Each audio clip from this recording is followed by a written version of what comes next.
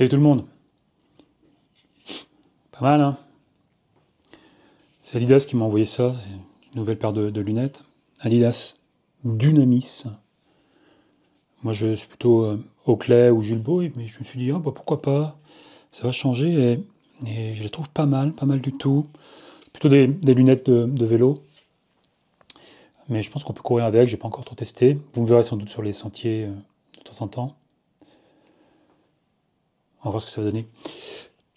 210 €, c'est un peu cher quand même, mais bon, pourquoi pas, hein, si ça fait le job, ou si on a les moyens. Actu Matos. Actu Matos, aujourd'hui, je vais vous présenter 3 paires de chaussures.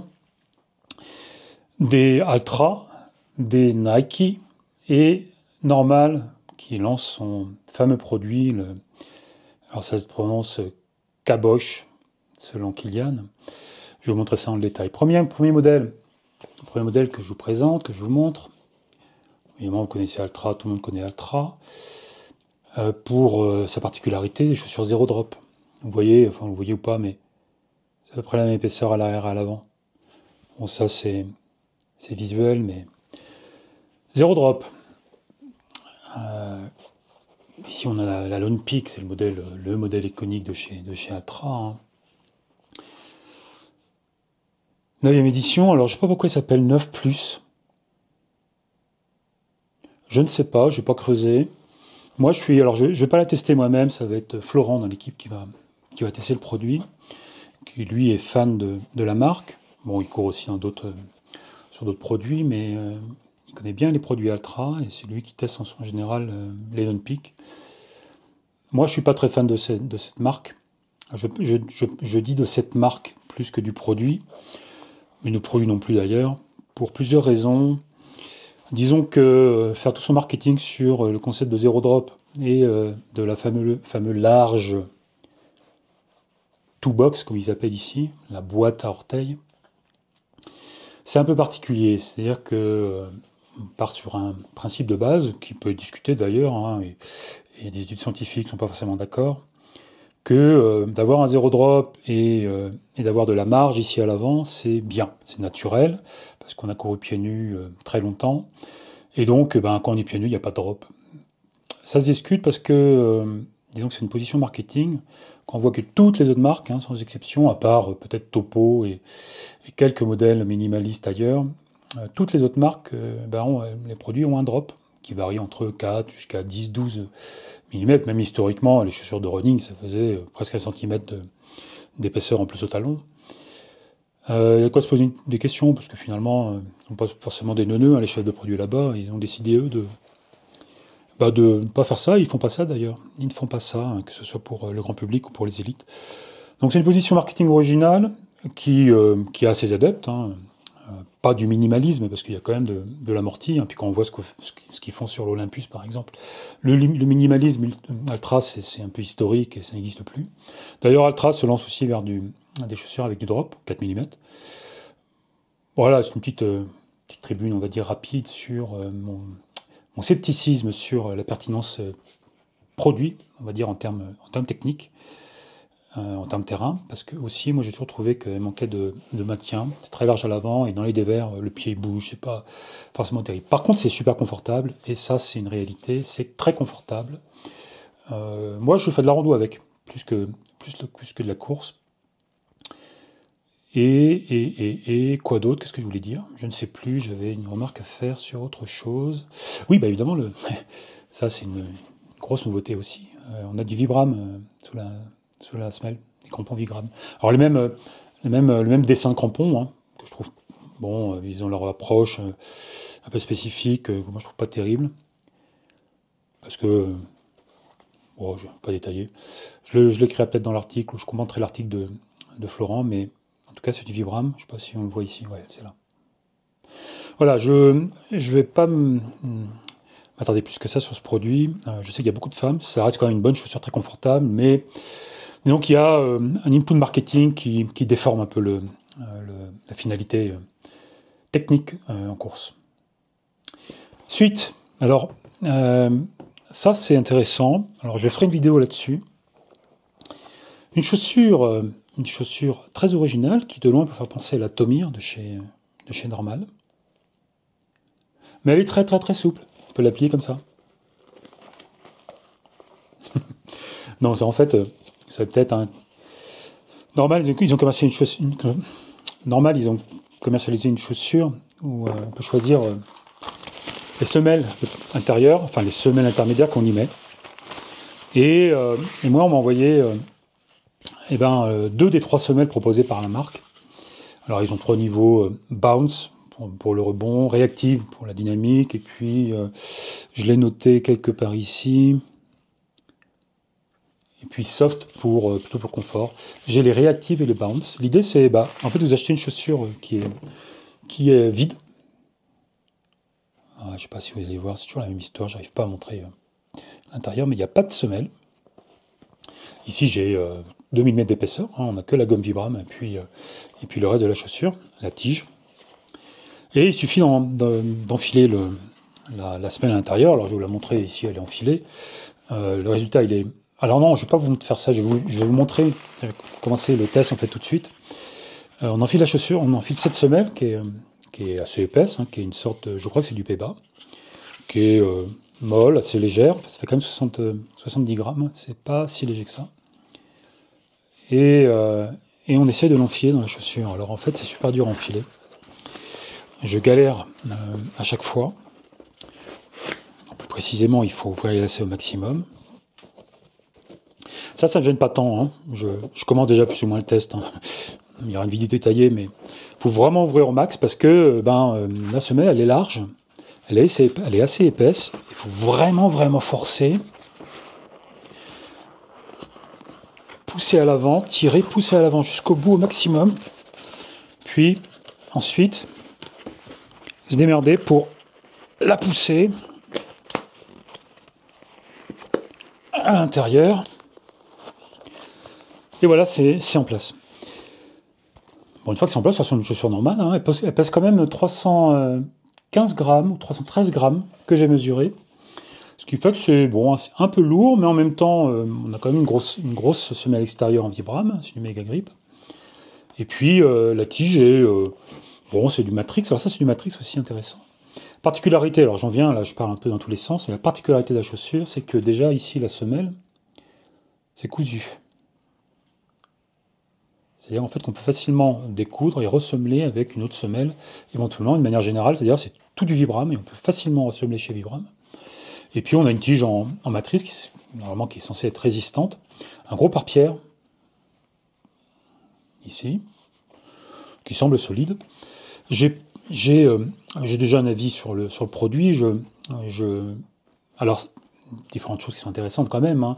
Le principe qui est que, plutôt que d'acheter plusieurs chaussures avec différentes technicités, on va dire, ou cibles techniques sur le terrain, une chaussure réactive, une chaussure très amortie, une chaussure plus souple pour le confort.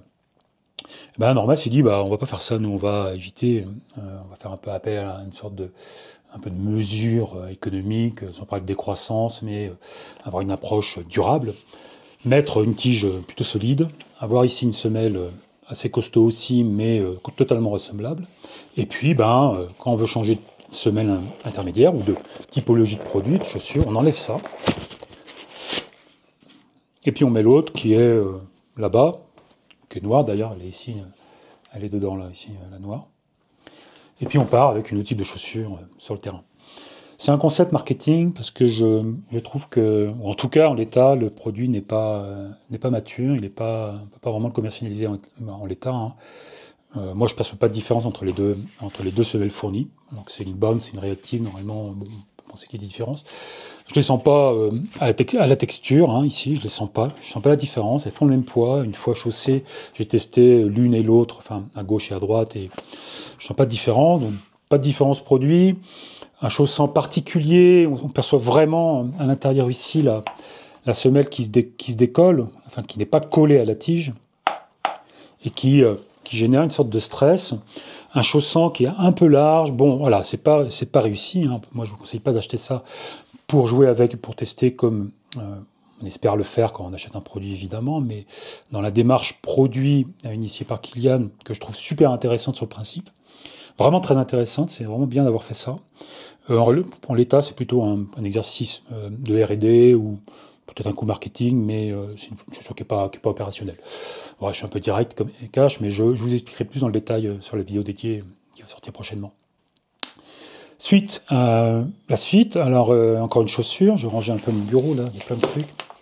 La Nike Ultrafly que je connaissais pas, que j'ai jamais testé, ça fait 6 mois qu'elle est sortie. Et un peu dans la foulée de... Elle est là. Un peu dans la foulée de... Je connaissais assez peu Nike en fait en trail. Et donc depuis 2 mois là, j'ai testé la Pegasus 5, Pegasus Trail 5, j'ai testé la Zegama 2, et donc j'ai aussi évidemment testé la très belle Nike Zoom X Ultrafly. Alors j'ai lu un peu ce que les gens en pensaient. On a du Matrix aussi, on a du Vibram évidemment. Et les retours que j'en ai lus ne sont pas excellents. C'est une bonne chaussure, mais pas incroyable. Alors on a une plaque carbone, donc elle est vraiment rigide. Pas trop sur l'avant ici, mais bon, elle est vraiment très rigide. Et elle est équipée d'une mousse Zoom X, qui est normalement la techno Zoom X, c'est du P-Base, c'est ce qui se fait de mieux chez Nike, comme celle-là. Sauf en fait, Vaporfly 3, sauf qu'en fait, quand on joue avec la mousse, c'est pas tout à fait la même chose. Et d'ailleurs, je trouve qu'il y a un truc intéressant sur le produit, c'est que c'est bizarre en fait, là elle est c'est assez dur. Mais quand j'appuie dessus fortement, la semelle, j'arrive pas à le faire. La semelle s'enfonce complètement. On voit le caoutchouc là, qui s'enfonce complètement. Comme s'il y avait du vide à l'intérieur en fait. Là, c'est plutôt solide, plutôt ferme. Mais à l'intérieur, ça s'enfonce comme un rien.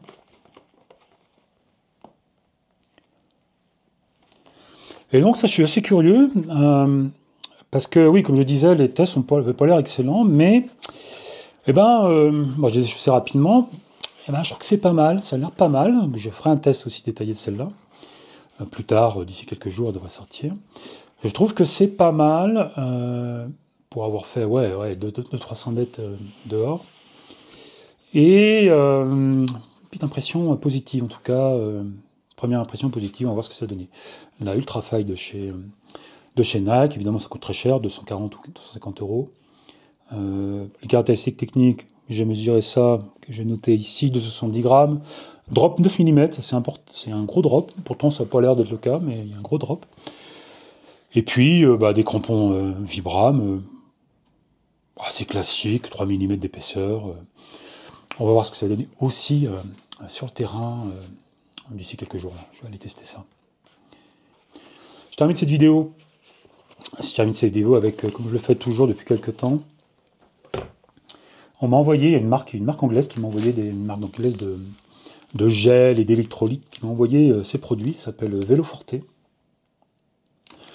Et alors ils ont plein de produits différents. Là ça c'est des électrolytes, plutôt sucré, il y a 22 grammes de glucides là-dedans. Ils ont une version vraiment que de l'électrolyte, on n'a pas la même quantité de produits, mais disons que c'est plus salé.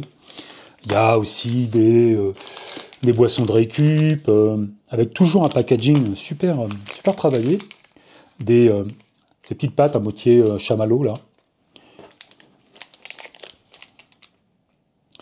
Toujours très travaillé avec des goûts assez originaux là. C'est cerise guarana, lemon cool mint. Ici, qu'est-ce que j'ai d'autre? Ah oui, alors si. Alors ça, évidemment, j'en ai pas mal bouffé parce qu'ils m'ont envoyé un paquet. Donc c'est les gommes en question là. Hein, c'est la même chose. Alors ça c'est intéressant parce que la composition est assez équilibrée. Il y a pas mal de plutôt glucides des glucides mais mélangés glucose fructose, quantité à peu près équivalente, et je crois que c'est un peu optimal pour la digestion. Et il y a un truc que je voulais vous montrer, Veloforte. Ils ont des barres, alors ça coûte cher, hein, ça coûte 2,50 €, 3 €, ou 3, un peu plus de 3 €. Pareil, toujours un packaging super, super travaillé. Donc là, ils ont des abricots, amandes, fennel, je sais pas ce que c'est fennel, dattes, pécan et sel. Il y en a plein dans tous les sens. Bon, ce que je voulais dire, c'est que c'est bon, c'est pas commercial en France. Enfin, j'ai pas vu en France, peut-être sur les sites de triathlon, mais j'ai pas vu ça sur Iron ni sur lefilisier.fr. D'ailleurs, j'ai un code promo chez lefilisier.fr, Vincent G en majuscule, hein, si jamais vous avez besoin d'acheter des produits. En tout cas, ceux-là, ils y sont pas. Tout ça, c'est en détail dans la description. Ce que je voulais vous dire sur ça, c'est que il y a ces barres-là, je vais en ouvrir une d'ailleurs, qui sont super bonnes. Allez, je vais vous montrer en détail que vous ayez le temps de lire. Hein. Donc, un super packaging toujours. Mais elles sont salées avec... Alors, c'est un peu chiant à ouvrir à chaque fois, je galère, ça m'énerve. Parce qu'en cours, c'est pas la même histoire. Et elles sont... voilà, il y a des amandes et une noix de pécan en morceaux. C'est salé, équilibré salé, il y a tout ce qu'il faut. Et encore une fois, au niveau sucre, au niveau glucides, c'est équilibré... glucose, fructose. Et, dernière chose, c'est super bon. C'est parfumé. Alors celui-là, c'est... Ah, fennel, je sais ce que c'est. C'est une sorte un petit goût réglisse. Et toutes, en fait, elles sont parfumées. Un peu comme Baou, qui a des produits, propose des produits assez originaux, parfumés, avec des goûts particuliers. Un peu épicés, un peu salés, un peu forts. Ça, c'est le cas. Et moi, j'aime beaucoup, beaucoup. Je trouve ça très, très bon. Je pense que je vais en commander d'autres pour les courses longue distance. En plus, là, il y a 10 grammes de protéines, donc il y a tout ce qu'il faut. C'est équilibré, un petit repas. Et je suis fan. Sauf qu'on n'en trouve pas en France. Donc là-dessus, j'aurai pas de commission, c'est pas grave. Je vous présente ce que j'ai apprécié découvrir comme je le fais d'habitude. Voilà. Bon, je pense avoir fait le tour. Faut pas manger avec la bouche pleine, mais je vous dis à bientôt. N'hésitez pas à vous abonner si vous ne connaissez pas la chaîne. Prochainement, donc, le test de la normale caboche, qui sera plutôt une description, une présentation du produit avec les limitations associées, parce que en l'état, c'est pas vraiment industrialisable, je pense. Et évidemment, la Ultrafly. Allez, à plus tard, ciao.